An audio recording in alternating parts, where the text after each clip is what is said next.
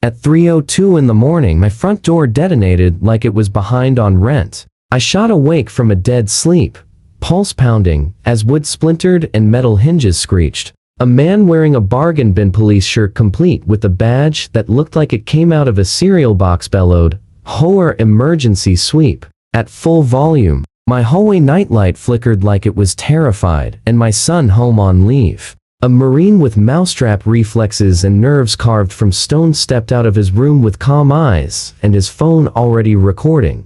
The intruder waved a flashlight like it was a weapon, his face blotchy and dripping sweat. Then came 3 words spoken in my son's crisp, controlled tone. "Identify yourself now."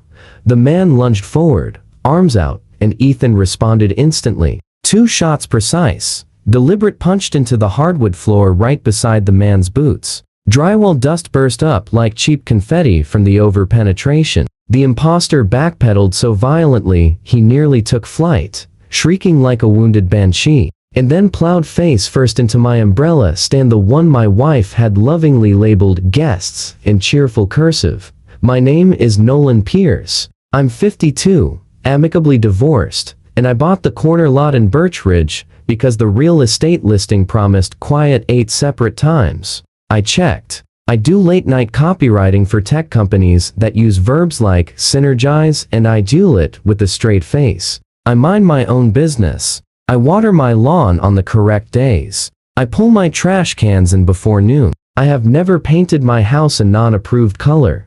Our HOA president is Mara Yates' helmet hair that could deflect small arms fire, pearls that clack like a metronome, and a smile that says, "I've CC'd my lawyer twice." She calls herself Madam Compliance, printed it on real business cards, and we call her the Siren because whenever she starts talking, something unfortunate gets pulled over. She drives a white SUV with a custom plate that reads HOA Boss, and she parks it diagonally across 2 clubhouse spots because, of course, she does. Mara's crusade began 6 months ago with Operation Night Peace, a glossy, professionally printed pamphlet alleging criminal porch decor and illicit mailboxes. The mailboxes were standard black metal. The criminal decor was a sunflower wreath. She claimed a rash of vandalism was sweeping our tranquil streets. Translation: someone's teenage daughter peeled a tulip sticker off a stop sign. From that microscopic act of rebellion, Mara launched midnight welfare checks to ensure community safety and standards. The warning started small. She sent me a violation for my motion lights, accusing them of emitting aggressive lumens that created visual assault. My hedges trimmed to the exact HOA height were cited for threat geometry and angular hostility. When my son Ethan came home on leave and parked his truck in my driveway, she filed a complaint labeling it a militaristic presence undermining neighbor comfort.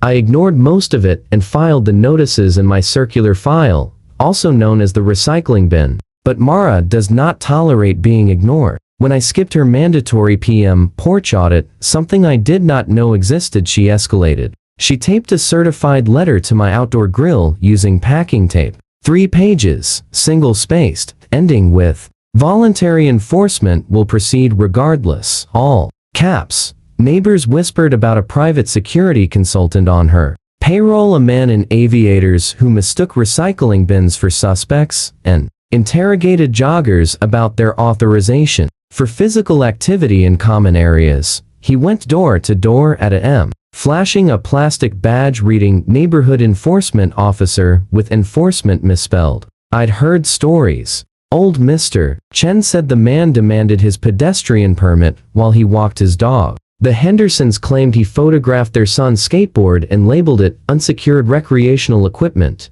I figured it was just Mara. All bark, no bite. Another power trip that would burn out. I was catastrophically wrong, which brings us to 3:02 a.m. On a Tuesday. The door kicked hard enough to crack the frame. Fake badge gleaming in the hallway light. Orders shouted that had zero legal foundation. And my son Ethan, 24, composed, trained for actual battlefields, and absolutely not a fan of home intruders moving into position with the kind of muscle memory forged in far more dangerous places. He issued the warning, firm and authoritative, identify yourself now, a command, not a question. Instead of complying, the intruder rushed him, arms out, either to grab or shove. I still don't know which. Ethan reacted textbook perfectly. 2 controlled shots into the floorboards beside the man's boots. Measured, deliberate. Splinters jumped like popcorn. The confined hallway amplified the noise until it felt like the walls rattled.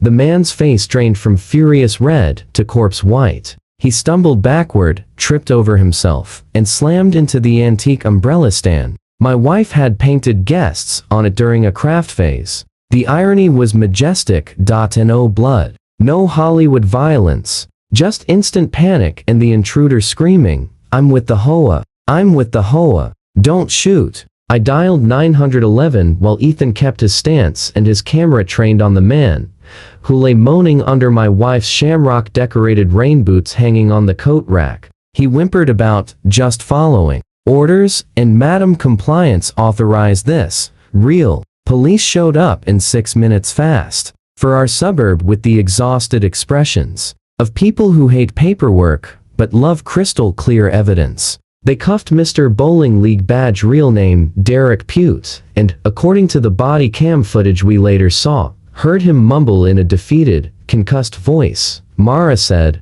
"Emergency powers." She said I had emergency powers. By sunrise, Birch Ridge was wide awake and aggressively curious. At least 15 neighbors stood outside in bathrobes, clutching coffee mugs, watching the police scene like it was primetime television. Officers spent 3 hours reviewing our security footage frame by frame. The door kick, the fake badge, the meltdown, the HOA sweep nonsense, something with no foundation in any law ever written, was all over the footage. Ethan's measured, controlled response, the only reason that fool was still alive, stood out cleanly. Just as notable was what the footage didn't show, any trace of legal authority, while officers cataloged the damage, snapping photos and logging every dent, including the ones in my umbrella stand. A second patrol unit drifted down to Mara's house 4 doors away. She stepped out in a silk robe at 6:30 a.m., pearls still on,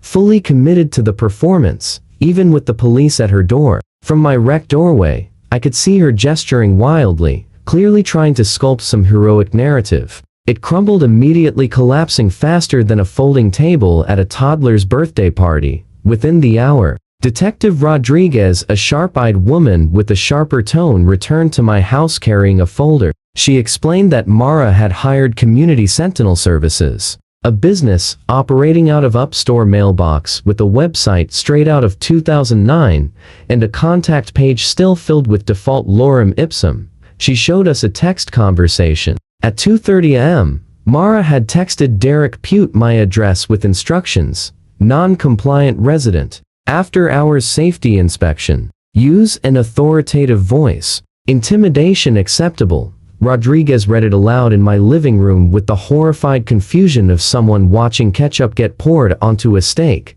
Use authority voice, she repeated slowly, as though tasting vinegar. Intimidation acceptable. She typed that with her thumbs and hit send.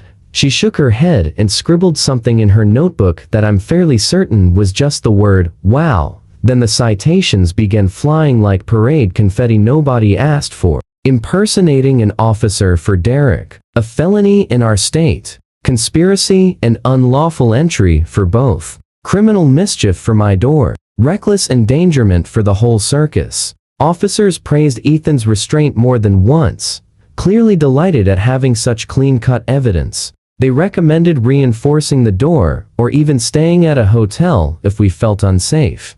Mara, in a delusional attempt at reclaiming control, sent an email at a.m. announcing an emergency board meeting. The sergeant, reading it over my shoulder, dryly suggested she get an emergency lawyer instead.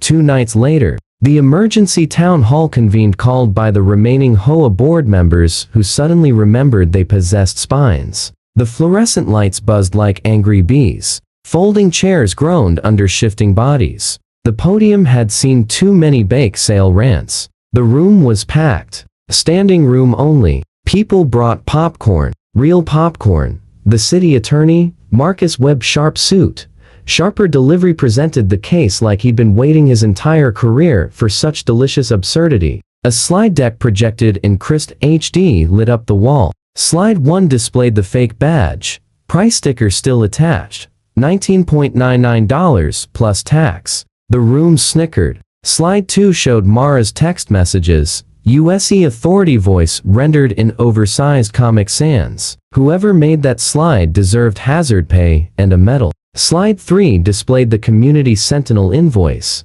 clearly printed on a dying home printer. A stock watermark Getty Images still ghosted across the badge logo. The room erupted. Even the stenographer grinned. Then came the gut punch. The HOA's insurance representative stood up, tailored suit, haunted expression, looking like he hadn't slept since this debacle started. With the grim tone of a man declaring war, he announced that the policy did not cover vigilante enforcement, pseudo-security operations, or unauthorized personnel acting under fabricated authority.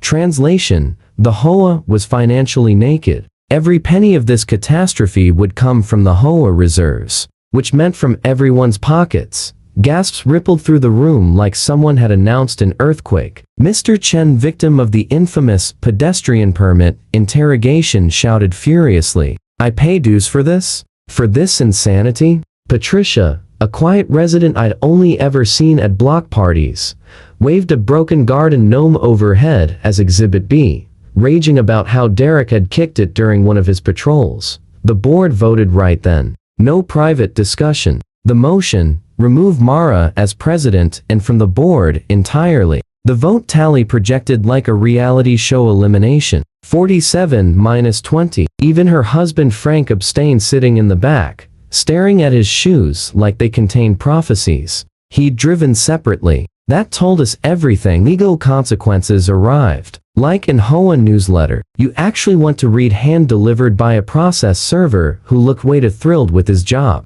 Derek Pute pled guilty to impersonating an officer and unlawful entry. His sentence: 6 months in county jail, suspended to 18 months probation, plus 300 hours of community service with a special assignment. He had to repaint the entire Birch Ridge clubhouse, inside and out, under police supervision. Every stroke was watched. Every wall inspected. The irony was exquisite. But Mara got the full weight of the system. Charged with conspiracy, criminal solicitation, and reckless endangerment. The prosecutor, a woman who clearly lived for airtight cases, threw the book, the shelf, and the whole library at her. The preliminary hearing took 4 hours. Ethan and I attended. We sat quietly in the back as Mara kept turning to glare at us like we were the villains. 3 weeks later came sentencing. The courthouse was packed with Birch Ridge residents who'd taken vacation days for the spectacle. Judge Ricks, silver-haired and steady, reviewed the file with the precision of someone determined to nail every detail. The penalties rolled out like a financial avalanche. $12,000 in criminal fines. $8,000 to me for the door, repairs, security upgrades, and what he called extreme mental distress. Another $15,000 to cover the HOA's legal fees and deductible, payable over 5 years. Mara's face went from pearl white to tomato red as the numbers mounted. Then the restraining order. She had to stay 500 feet from my property at all times. In Birch Ridge, that meant she basically needed a map and compass just to navigate her own neighborhood. She'd have to detour around the entire block to reach the main road. The judge looked almost pleased about this logistical punishment.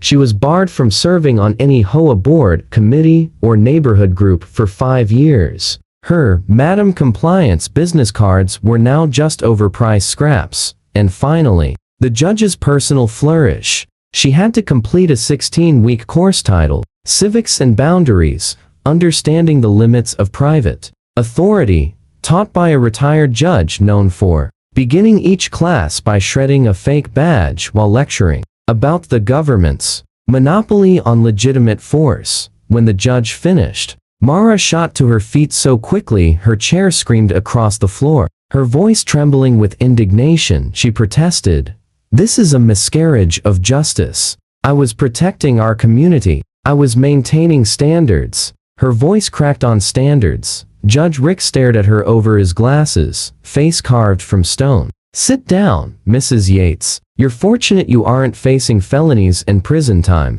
Your reckless actions could have gotten someone killed. Count your blessings and your lawyer's fees. Her exhausted attorney tugged her back into her seat by the elbow. She muttered under her breath, pearls clacking together frantically like a warning rattle no one cared about anymore. Every click marked another second of her reign as HOA tyrant, slipping irreversibly into the